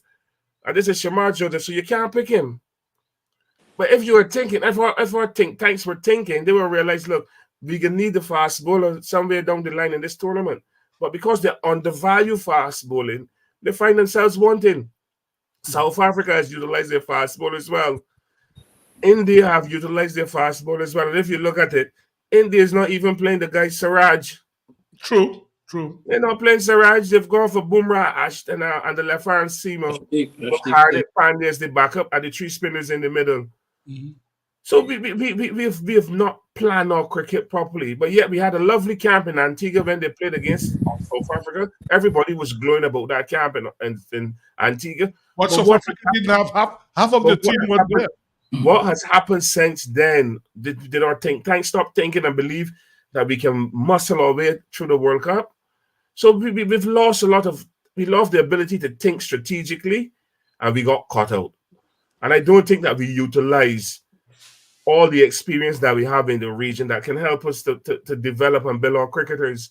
I think that we feel that if a guy come and ask a question, or we go to a guy, we feel that he's more than we and he can offer this and that. I think that if we are looking to really rejuvenize and galvanize West Indies cricket, the people who are in authority need to speak to people who have the experience and know how to do certain things and bring it into a collective capsule and put it into West Indies cricket. 3 or 4 people cannot control our cricket. Lockhart, I got a problem with West Indies cricket. West Indies having 2 selectors. The selection panels are up for renewal. I believe their contracts will come to an end shortly. I think this contract expires on Sunday, right? Sunday. Yeah, we have heard nothing about the selection panels, and I'm speaking about the under-19s, the women's panel, and that senior men's panel. We've heard nothing about it. And these are things that irk us about West Indies cricket, but yet they want us to support cricket. How can we support a product when we don't know what is happening? And there's so many gray areas. You replace Jason Holder with McCoy, but then you brought back Kyle Mears. You brought in Kyle Mears and Brandon King was hurt, and you dropped George St. Charles after he scored a 40 to play Kyle Mears in a quarterfinal game. You got, as you said, with the keepers, we slotted in Pooran at number 3, and he's supposed to bat at number 3. But you know when Pooran playing the IPL, he can't be kicked because Rahul drive. Rahul keeps Rahul, correct. Yeah, we are not making our players safe. Look, see, we got said our players. Sometimes you can move away. Shea Hope can keep wicket, bat at number 3, and you can come in the middle where the ball's a little older and do your thing. Because once Pooran doesn't get off, we're going to find ourselves in we're going to find ourselves in problems to score, and we saw it. So you have to sometimes protect the player by putting him in a position where he is more comfortable. I was listening to Ricky Point, and he said they use Shea Hope at number 4 or 5 because of his understanding of the game. He scored 100. He scored runs against the USA, but that is soft bowling. True, very true. You and I are rolling with put on pads and beat that USA bowling. That's soft bowling on a good pitch. So when you get to South Africa, Antigua, where the pitch had a bit more bounce and moisture, and the bowlers are taller, then Shea Hope now has to adjust his stroke play.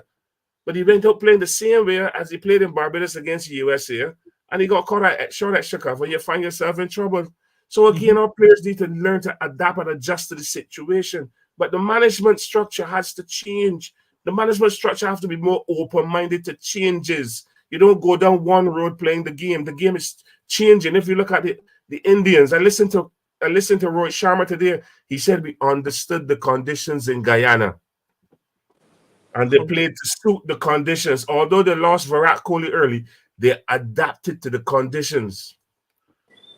And that is what we did not do successfully in this World Cup. We did not adapt to the conditions that we played in, despite playing at home. Question for you. For Philo and Roland.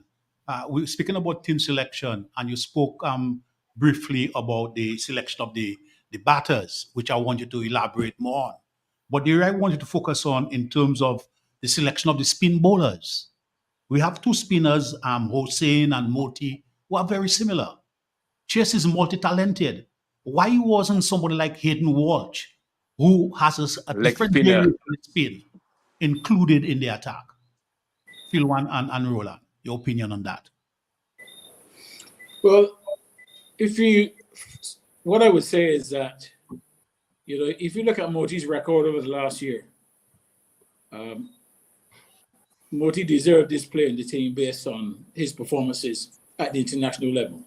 He has done very well, and Hossain as well.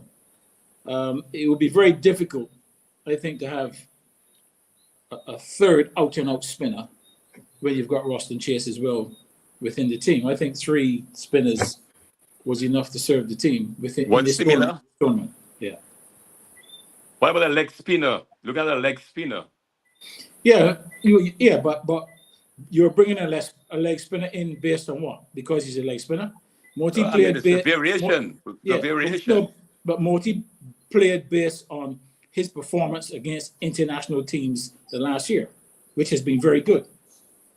So you can't just not play him because you want to play a leg spinner who hasn't been playing and who has no current form to say that, if Walsh had been playing in the same team as Moti and was running through the teams, you've got an argument then. But Morty was the one playing against the international teams and doing well.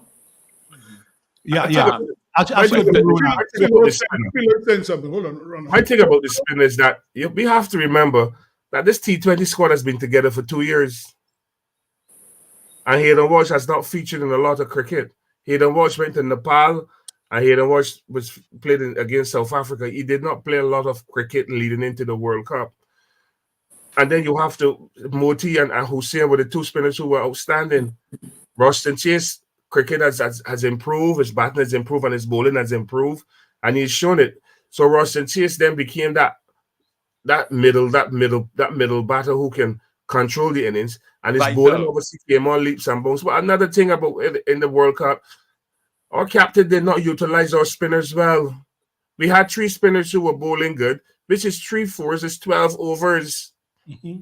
If you can get those 12 overs out of those spinners successfully, you're just looking to get the other 8 coming out of the medium pace, like fast bowlers, medium pacers. So this is all strategic thinking. You know, Rohit Sharma today said he got his 12 overs out of his front spinners. That is why he bowled them 12 overs. They got wickets and they kept the runs down. So pressure on England. It just meant for Boomer to come and mop up the tail. That is planning and strategic thinking. So if our best bowlers are the 3 spinners, the captain has to be able to say, but I've taken these 3 spinners to bowl my 12 overs. Roston Chase bowled 3 overs the other night and got 3 wickets and never bowled the 4th over. So the captain, to me, is captain decide like Roston will bowl 3 only, McCoy must bowl 2, Russell must bowl 1, Aki will bowl 4, Moti will bowl his 4. That is not the way the T20 game is being played. You have to read the game as it goes on. Markham came in against us and bowled 4 overs straight. When did Markham bowl 4 overs straight before that? He realized the pitch in Antigua was doing a little thing. He got away with his 4 overs. So that's 4 overs you don't have to think about in the back end. Rabada bowled the 18th over in that game against us, the great Rabada. So again, it's how strategic we are thinking. And we are not looking at our captain. Our captain is not a strategic thinker. You're correct, and he didn't perform. And Sebastian made an observation a few programs ago where he was directed by the coach on the sidelines. So that showed a little weakness. I don't like that. You have a discussion. Philo, I'll tell you honestly, I didn't like that. I think you can do that at under 19, under 15. At that level, the coach shouldn't be on the boundary speaking to the captain. I don't believe in that at all. Because you will have a little break and a discussion. And you would discuss what your plans are. You see, another thing that has me upset too, Lockhart, and this panel, we hire bowling coaches and they don't speak. They come and do their coaching and leave. We had a bowling coach named James Franklin. He was also in the IPL with Sunrisers Hyderabad, so he came late too. Yeah. Hold on, we have a caller. Hold on a minute. Hold on, we'll be a caller. Good evening. Yes, good evening, sir. How are you all doing? We're okay. We're good. Yeah, good discussion, man. Mm-hmm. Yeah, one of my biggest problems I always have in West Indies cricket is that the captains, they are not proactive. They are always reactive. For instance, the match in Antigua, I saw where Alzari Joseph was bowling with such fire, got cursing out, and then you are trying to get wicket. You are trying to get wicket, you haven't got a first slip, and the guy ends the ball in the first slip. If he had only had a first slip there, that would change the entire game. Rodman Powell will also read the game, and that's my problem with his captain. They are not reading the game. You got to read the game. You got to check the people that are batting, how they are batting, where to put the field, and then you have to always make sure that you attack the player. When you get a wicket, you put an attack in the field, so that you can get wickets. Because 2020 is about taking wickets. The more wickets you can take, the more pressure you put on the team. Thank you, caller. Thank you very much. Sebastian. Yes, Sebastian. Yes, Loba. Okay, yes. First, Mr. Wallace, in the preamble, your first observation, you spoke about batting skills, which resulted in the T20 that we played, how many innings? I have about close to 200 and odd dot balls we had, resulting in our batting skills. Yeah, but the dot ball problem has been there for a very long time. My question is, can the coaches correct the dot ball problem? Do they know how to correct a dot ball problem? I don't think they do. But would they ask people who have the experience of playing cricket, how do you solve this problem? There's a lot of experience in the Caribbean. Roland Butcher is a former Test cricketer. Roland Butcher would have played Test cricket, 4-day cricket, and 50-over cricket. So he will have an idea. Why don't we ask him, how can you help me to solve this problem? If we are so entrusted, I want West Indies cricket to go forward. I think that our coaches get the positions and they don't seek outside help. They want to do it their way. A dot ball problem means that the batter is not reading the ball and he's just surviving and jukes the ball somewhere. You have to get that batter to understand that a good ball can still be scored from. We had Carl Hooper in Australia, who you couldn't keep quiet when he batted. He could have got a single, as they say, in the dark. But yet, we have Floyd Reefer and Rion Griffith, and we had James Franklin. Have they touched base with Hooper to ask Hooper a question about it? We had Brian Lara as a performance manager. What has become of him? He was another great batter. You had Sir Vivian Richards, you were in a camp in Antigua. Yes, you all over the place.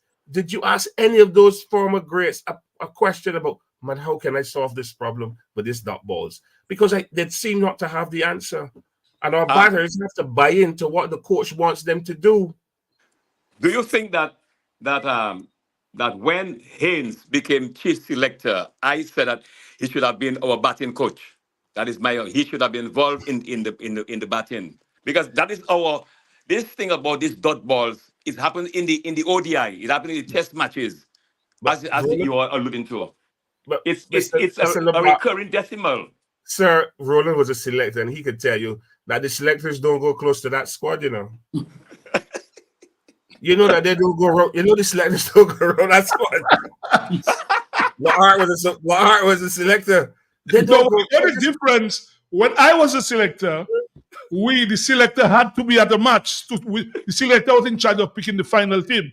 When I was the selector, but they changed that after when Roland became the selector. But in my days, every test match, a selector had to be there. The selector was the chairman of selecting the team. Then got to the most honorable Desmond. He's got the job as lead selector. I thought he should have been batting consultant.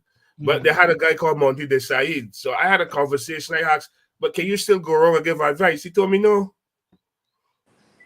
What? He told me no, so he can go. No, the selectors can't go around the side and talk to no players like that. This is crazy. Roland was a selector. He can tell you, I'm not telling lies, my friend. Yeah. In terms of the captaincy, I saw some deficiency in Powell, but our vice captain was Joseph. What experience Joseph has? Has Joseph had any leadership skill? Has he captain Antigua? Has he captain Leeward Islands? And I also noticed he's the vice captain for the test team. What's your opinion on Philo and Roland? Alzarri Jones, the captain for all three formats. And Roland is on this program. He should contribute more than I am. But Alzarri is the vice captain for all three formats. And I don't think Alzarri Joseph has the skills and the behavior for a vice captain. True. And I think that sometimes we give people captaincy and vice captaincy because we feel that they're the best player. Sometimes the best players are not the best leaders. You look at Alzarri, he's always vexed. And I spoke to a former West Indies great, and I asked him, how can you get paid for a job that you're supposed to like and be angry?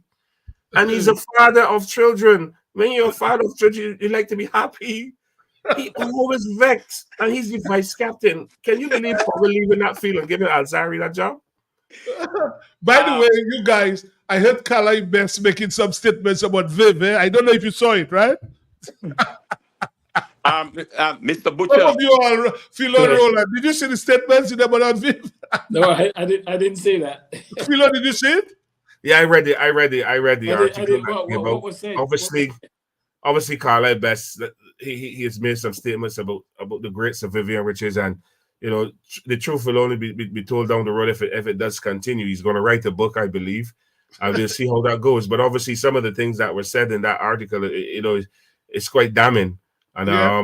but you know that is his opinion. We don't know the truth as yet, so we have to leave it as it is. But I want to don't get away from this vice captaincy, because I believe, because when I was on that committee to look at the review of the West Indies selection policy, I said that I want West Indies cricket vice captain to have a bigger role, not a title. We had a vice captain before called Jermaine Blackwood. You see him doing anything special on the field? So now we've given Alzarri the vice captaincy. And if he's the vice captain and he's a fast bowler, we can say to him, we want you to lead the fast bowling unit. We want you to build a cohesive unit around yourself and these other fast bowlers. Give him responsibility. Just don't give the man a title and then he has no responsibility, because there's something clearly wrong that a man is always angry. And I believe that he should bowl the new ball in every format if he's selected. That is why he's angry. He has to. He's not getting the damn new ball. That is why he's angry. Mr. Butcher, you made a statement earlier on. Yes, that is my 40.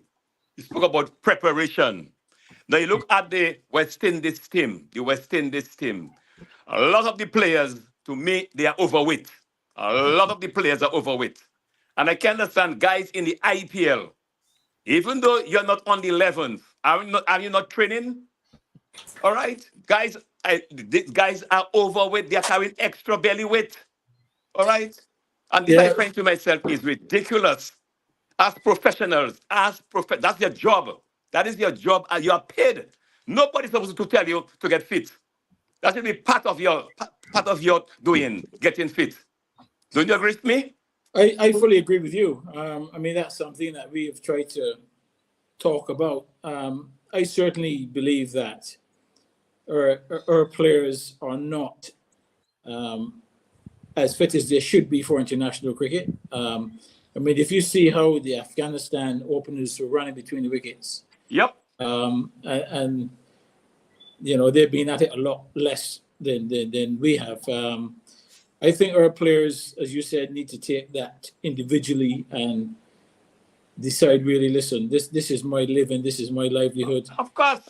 I need to really look after my fitness. There's no question that quite a number of our players really need to be a lot fitter than they are. Of course. There's no doubt about that. If Russell was fitter, that run out there, he would dive. But he was heavy. That is why. I mean, you're close to, dive and save your wicket. He was heavy, Anyway, too heavy. gentlemen, we've come to the end of this conversation. It was nice having both of you all. The final will be played in your country on Sunday. I know, Philo, you're in England. I'm sure, Roland, did I give you a ticket, by the way? You got a ticket to go to cricket? I hope I invite you to the box on Sunday so you can watch the final. Coming from you guys, who you think is going to win on Sunday?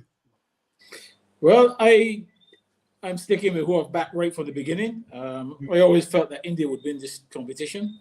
Similarly, myself too. And the reason for that is I just really felt that, out of all the teams who would have perhaps been preparing for this, I think the fact that most of their players would have been starters in the IPL, they wouldn't be sitting on the bench, so they would have had all their players.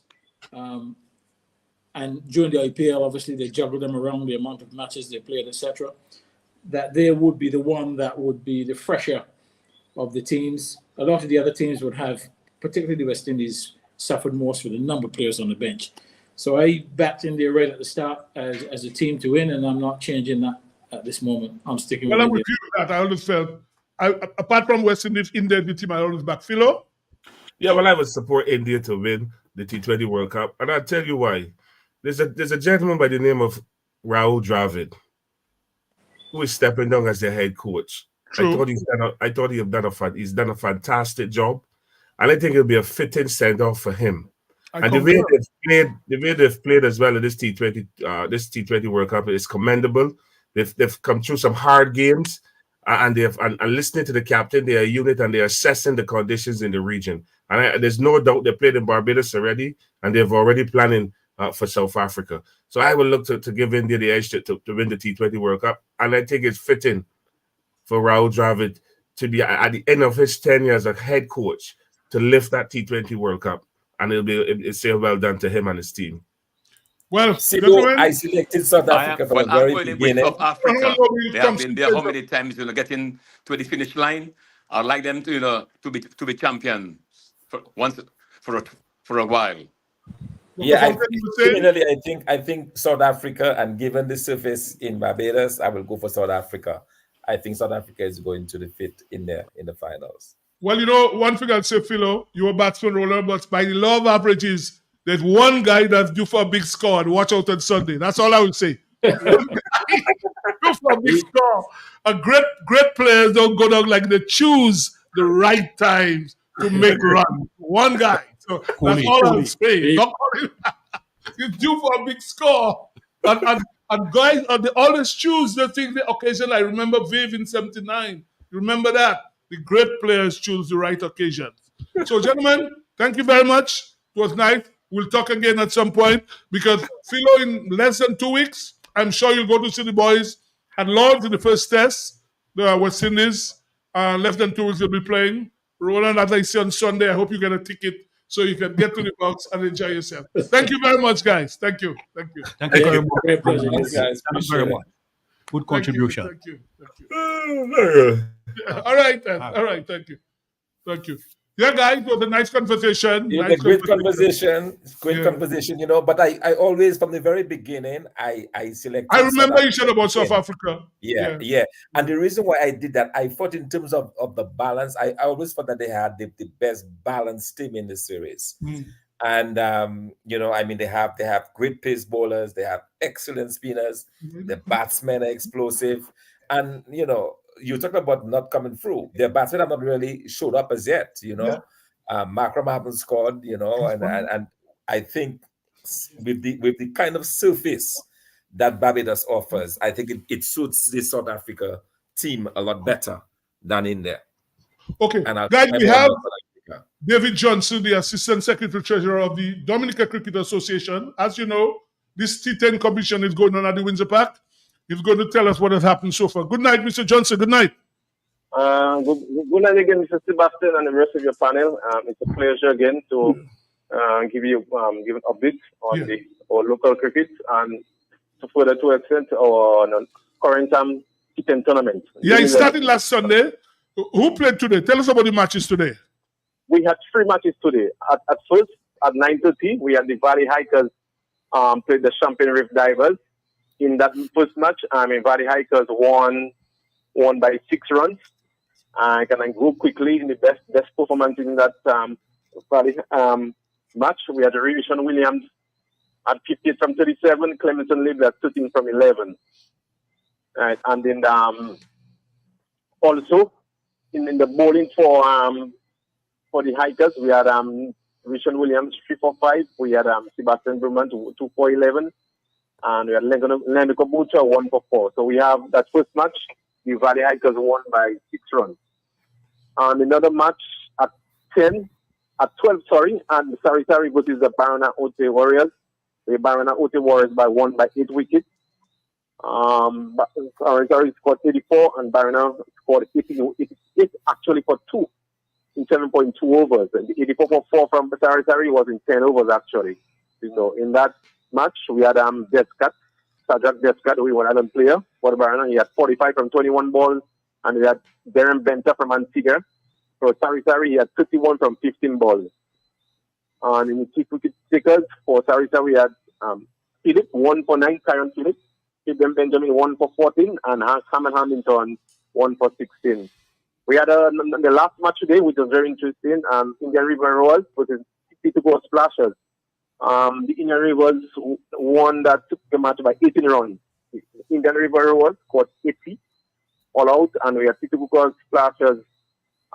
They could only make 62 runs for 6 wickets. So we had Indian River Royals won that game by 18 runs. And in that game, we had Akan Edwards for Indian Rivers. He had 20-21, and we had Dylan Douglas at 2 for 8, and Joel Dura 2 for 24. So we have Indian Rowers won that game by 18 runs. So that's 3 games we had today. One at 9:30, 12, and one at 2:30. Tell me, which team is leading so far in the matches that have been played? In the current points table, we have the Valley Hikers. Who played for that team? Identify 2 people who played for that team. Excuse me? Identify 2 people so people can know that played for the leading team. Can you call names?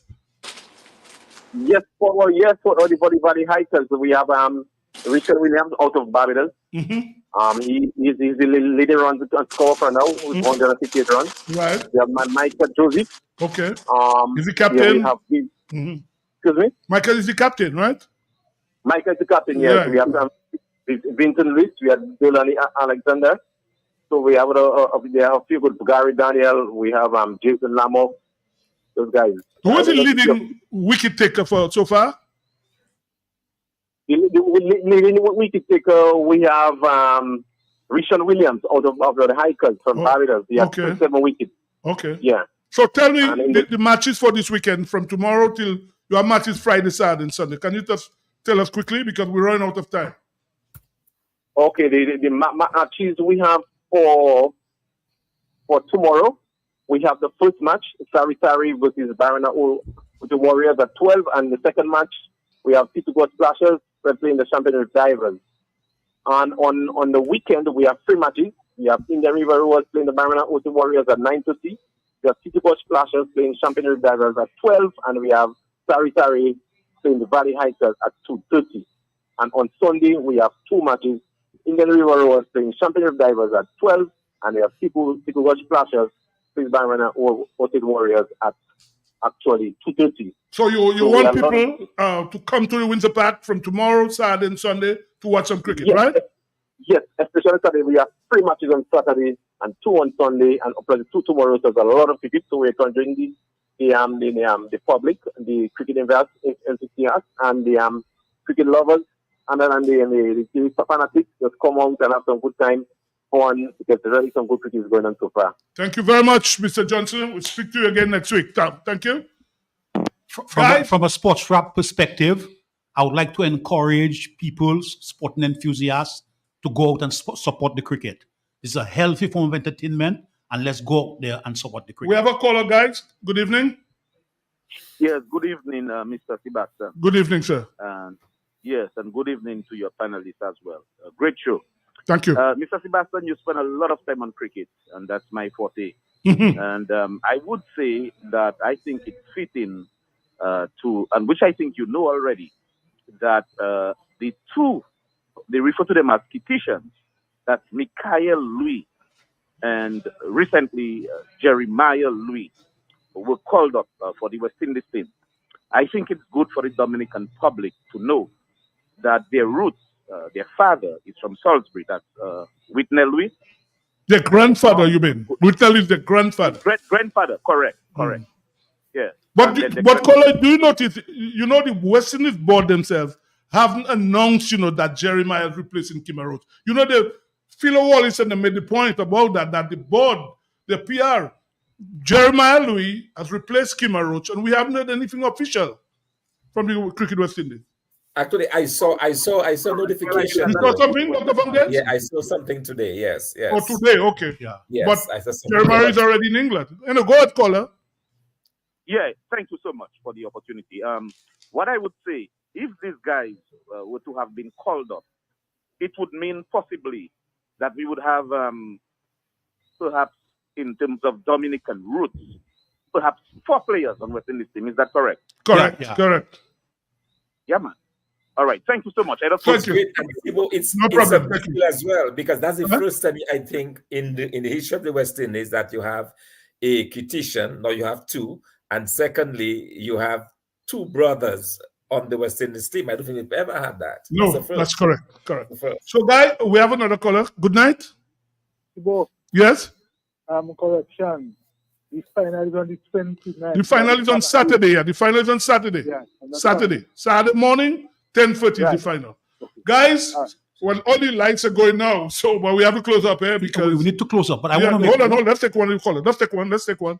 All the lights going. Good evening. Hello, Sibo. Yes, darling. Good evening. Just a little thing I want to say.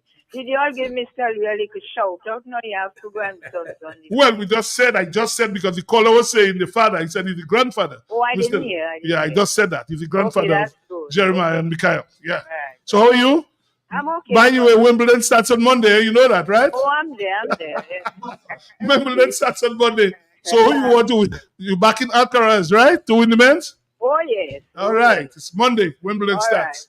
Yeah. And guys, quickly, go ahead. We'll definitely talk about the test team in future programs. But one area I just want to talk on very briefly is that the minister made mention of a national sports council without bringing the stakeholders together.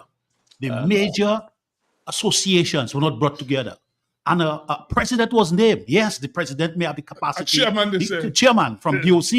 But you have not brought the stakeholders together of the National Sports Council, and you're appointing a chairman, a president. You must bring the stakeholders together. Are you closing the sports division down? Well, boy, Are you closing the sports division down? It's another way that putting their people get job for the boys. Anyway, it's something we discuss that. Guys, closing the sports division down. Sibo, very Yes, quickly, Dr. sports wrap. We must warn the people that we have some weather coming our way. Oh yeah, Dr. Fontaine, go ahead. There is a likelihood of there is a very strong likelihood that we'll have a tropical storm, if not a category 1, on our doorsteps on Monday. By when? By Sunday night? It should from by Sunday night, but mostly the winds will be around the area by Monday morning. By Monday, it won't affect the cricket on Saturday. It won't be in the area for no, Saturday. no. It will still be well outshore, but certainly the weather will come in. The rains will start. Is there any chance it might move away, Dr. Fontaine? No. It's not going to move away. It may shift a little to the south, but it's a very large system. It's very large. Okay. Over 1,000 miles long, so it will cover all the islands. So by Sunday, Monday, we should have Sunday evening into Monday. Yeah, the rain should start by Sunday, but the actual thing should cross over by Monday. Well, let's pray and hope that it doesn't come our way at all. I don't think Dominica can afford it is very concerning because we've never had such an early storm in the season. Usually those things come late in July, August. Mm-hmm. We are still in June and we haven't been. So it's something that's very concerning. Well, we urging people out there, take heed from Sunday, start preparing. If you are in bad areas, move away. We want people to be safe. And as I always said, listen to Dr. Fontaine when he gives you the weather forecast. Please take heed. He said by Monday we should be impacted. Maybe Sunday night. Everybody be safe. Saturday, 10:30, the World Cup final. There's T10 in the Windsor Park. There's European football. There's a big match on Sunday. France against Belgium. That's a big game. Quarterfinals of European. On behalf of Ronald Lander, Emmanuel Loblack, Dr. Fontaine, we had Roland Butcher and Philo Wallace and Lambert Charles. Good night, everybody. We'll be back with you next week, Thursday. Good night. When you want the best, what you do? Shop at SCS. Better than the rest. Go shop at SCS. And they all compare. Shop at SCS. You get more for what they say. Shop at SCS. Shop at SCS. Yeah. Shop at SCS. Shop at SCS. What they say. Shop at SCS. SCS family, customer friendly. With free locations, it's so convenient. And our prices, they are the nicest. Madam and Monsieur, that's where you belong. Go tell your mama, tell your papa, shop at SCS. Tell your son and your daughter, shop at SCS. Auntie, nan, and cousin, friend, open power, all of them. Grandma, grandpa, couple, neighbor, girlfriend, boyfriend, side, what? Shop at SCS. Shop at SCS. Shop at SCS. Shop at SCS. Check us out at Portersville, High Street, and downtown Roseau. Rudolph Thomas Enterprise in Portsmouth, your suppliers of building materials and hardware products. Over 20 years experience in the business. Rudolph Thomas has lumber and plywood, Portland and tile cement, steel rods, galvanized and fenced pipe, and Rudolph Thomas can meet all your wire needs. Galvanized roofing sheets, doors, windows, toilet sets, face basins, and bidets, PVC piping, fittings, and lattice. Check out Rudolph Thomas for ceramic and vinyl floor and wall tiles, nails, nuts and bolts, paint and painting supplies. And check out their line of electrical and hand tools. And Rudolph Thomas is your one-stop shop for